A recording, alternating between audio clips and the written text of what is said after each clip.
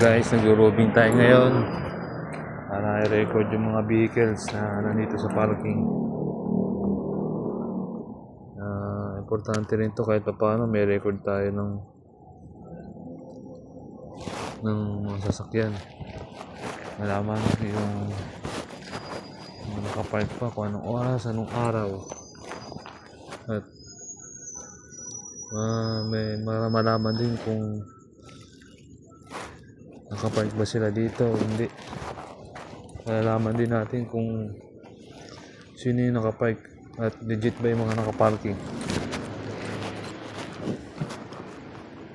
Malaki din yung potential na ito na ma-detect natin o ma-deter yung pwedeng mag-illegal parking at malaman natin kung sino yung mga nakapark. Siyempre, kailangan mag-ingat, laging handa sa pag-roving at pag-record.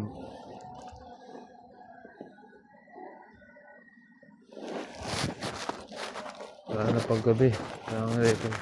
Huwag lang tayo tatama rin talaga kasi pag nagtamad tayo sa pag-record, wala na. Tatanong tayo, wala man ng record.